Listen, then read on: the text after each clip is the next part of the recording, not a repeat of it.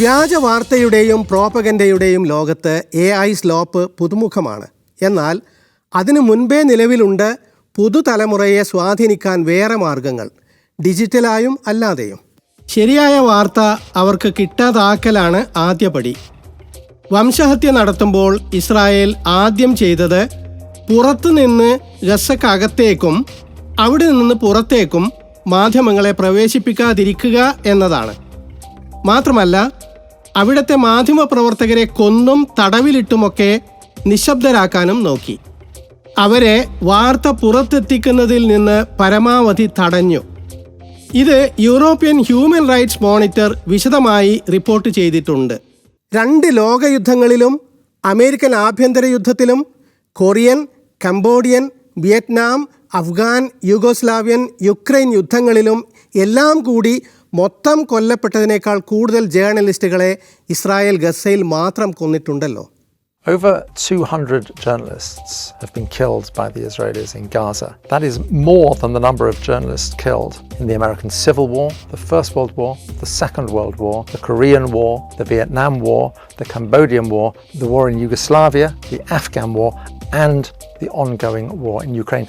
ലോകം അവരുടെ കുറ്റങ്ങളെപ്പറ്റി അറിയരുത് എന്നത് തന്നെ ലക്ഷ്യം. വാസ്തവത്തിൽ ഇത് തന്നെ ഇസ്രായേലിനെതിരായ തെളിവും വാദവുമായി തീർന്നു.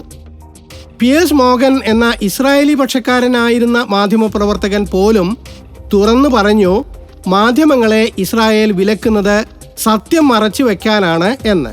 Well, what about the fact that Israel continues to refuse to allow international journalists, including the BBC, into Gaza? There's only one reason they don't want journalists in Gaza. They don't want them to see what is actually going on. If there's nothing to hide, let the journalists in. Israeli മാധ്യമപ്രവർത്തകരും ഇത് ശരിവെക്കുന്നു. Well, in Israel, a group of journalists has gathered in Tel Aviv to hold a vigil against the killing of the 4 Al Jazeera journalists. They're calling on the Israeli military to stop what they say is an assassination of journalists in the Strip. The group accuses Israel of trying to bury the truth and demanding the protection of all media workers reporting from Gaza. Al Jazeera ഓഫീസുകൾ Israel തകർത്തു. അവരുടെ റിപ്പോർട്ടർമാരെ പ്രത്യേകം ലക്ഷ്യമിട്ടു. അൽ ജസീറയെ വിലക്കി. ഇതൊക്കെയായിട്ടും സത്യം ലോകമറിഞ്ഞുകൊണ്ടിരുന്നു. എന്നാൽ Israeli സമൂഹത്തിന് ശരിയായ വാർത്ത കിട്ടിയില്ല.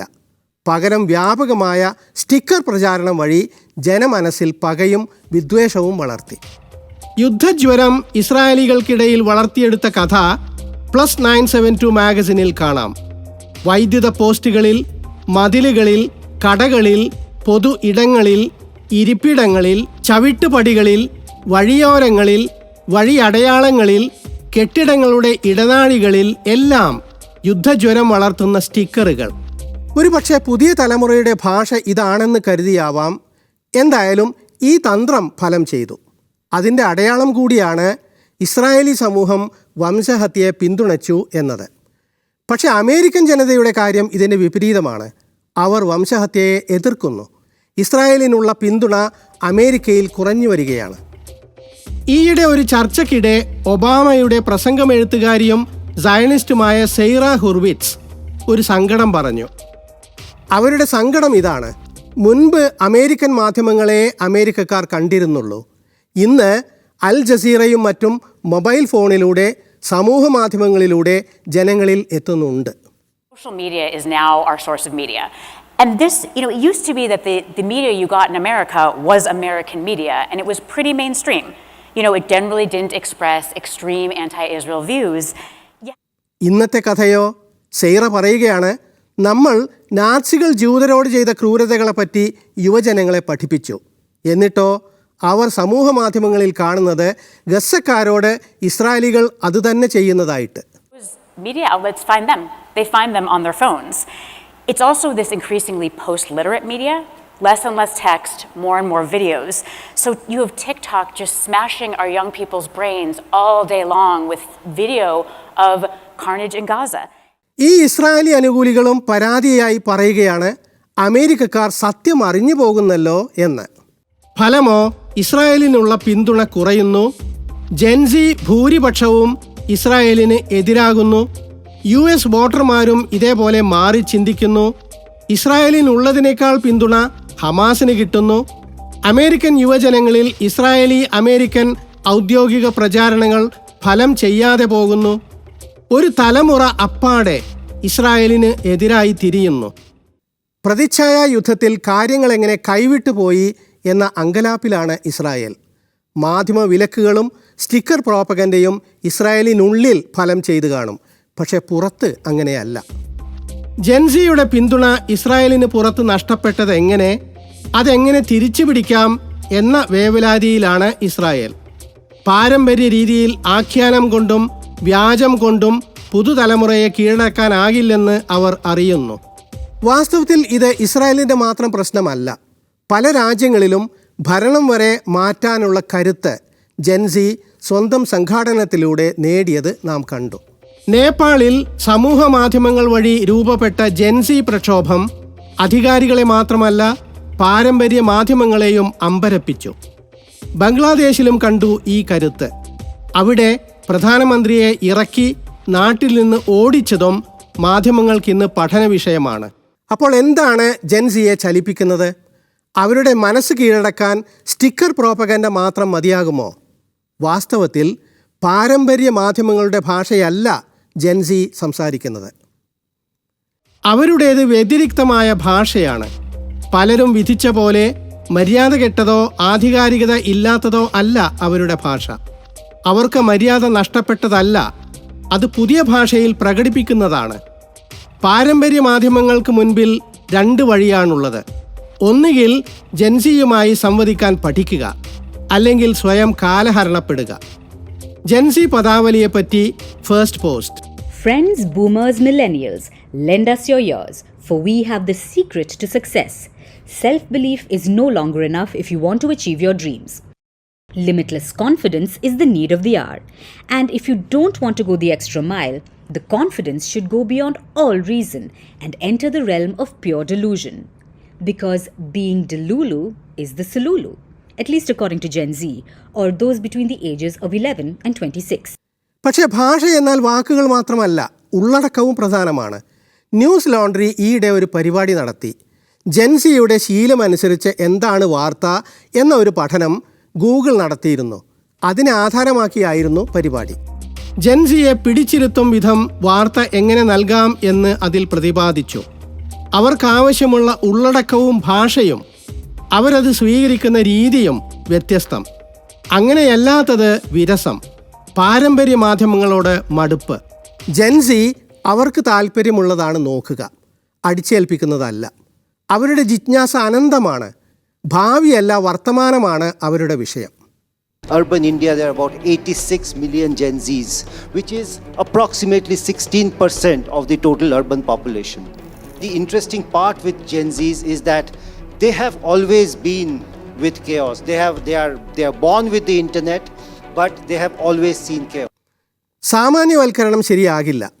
ജെൻസിയിൽ താല്പര്യമുണർത്തുന്നത് എന്ത് എന്ന ചോദ്യത്തിന് കൃത്യമായ ഉത്തരമില്ല എന്നതാവും നേര്. പക്ഷെ ഒന്നുണ്ട്, നമ്മൾ നേരത്തെ പറഞ്ഞ AI സ്ലോപ്പ് മാത്രമല്ല അവരെ സ്വാധീനിക്കുന്നത്. സ്ലോപ്പിൻ്റെ അരാഷ്ട്രീയത അവർ ഇഷ്ടപ്പെടുന്നുണ്ടാകില്ല. തികഞ്ഞ രാഷ്ട്രീയ ഉള്ളടക്കവും ഒപ്പം ജെൻസി ഭാഷയും വിജയിക്കുന്ന ഫോർമുലയാണ് അത്. അങ്ങനെ ഒരാൾ വിജയിച്ച് ന്യൂയോർക്കിൽ മേയറായിട്ടുണ്ട്, Zohran Mamdani. I'm freezing. You're right. As the next mayor of New York City. Let's plunge into the details. The name is Mamdani. M-A-M-D-A-N-I. You should learn how to say it. I just want to speak directly to the president. I will be a mayor who is ready to speak at any time to lower the cost of living. They've got all the money in the world. We've got you. നിലപാടിൽ സന്ധി ചെയ്യാതെ, സ്വത്വം മറച്ചു വയ്ക്കാതെ ഇസ്രായേലിനെ തുറന്നെതിർത്ത് മംദാനി ജയിച്ചു. അതും ഗണ്യമായ ജൂത ജനസംഖ്യയുള്ള ന്യൂയോർക്കിൽ. ഇതിന് കാരണങ്ങൾ വ്യക്തതയുള്ള രാഷ്ട്രീയവും ഊർജ്ജസ്വലമായ പ്രചാരണ രീതിയുമാണ്. രണ്ടും ജെൻസിക്ക് ഇഷ്ടപ്പെട്ടു. One of the most newsworthy aspects of Zoran Mamdani's candidacy, it turns out, has been his background. He is not just an immigrant. He is a Muslim, and he has pulled few punches in his criticism of Israel and its 2-year-old genocide in Gaza. Here, in a city that has more Jews in it than Jerusalem.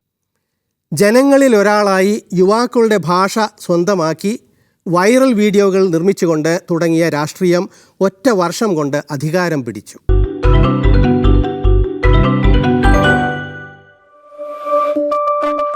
Ask any New Yorker, when did they first hear the name Zoran Mamdani? What was the first time this candidate for the mayor's office showed up on their social media feeds? Can you tell me a little bit more about why you didn't vote? They will probably take you back to 2024, shortly after another election, the one that returned Donald Trump to the White House. Zoran Mamdani first went viral with a video in which he did man on the street interviews. രാഷ്ട്രീയ നിലപാടും സ്വത്വപരമായ സത്യസന്ധതയും ജൻസി ഭാഷയും vote നേടി. Zoran Mamdani is 34. His ethnicity is Indian. His father is an academic, his mother a filmmaker. Mamdani was actually born in Uganda and moved to the US at age 7. But more importantly, in terms of this race, he is a digital native. Mamdani used to dabble in rap. His music videos went viral long before his campaign ads did.